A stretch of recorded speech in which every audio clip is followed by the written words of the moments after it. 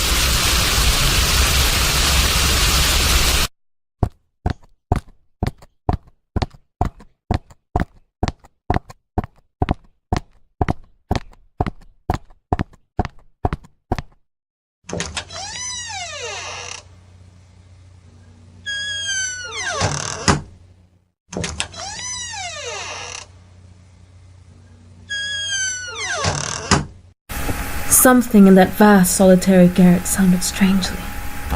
Most surely and certainly I heard, as it seemed, a stealthy foot on that floor, a sort of gliding out from the direction of the black recess haunted by the malefactor cloaks.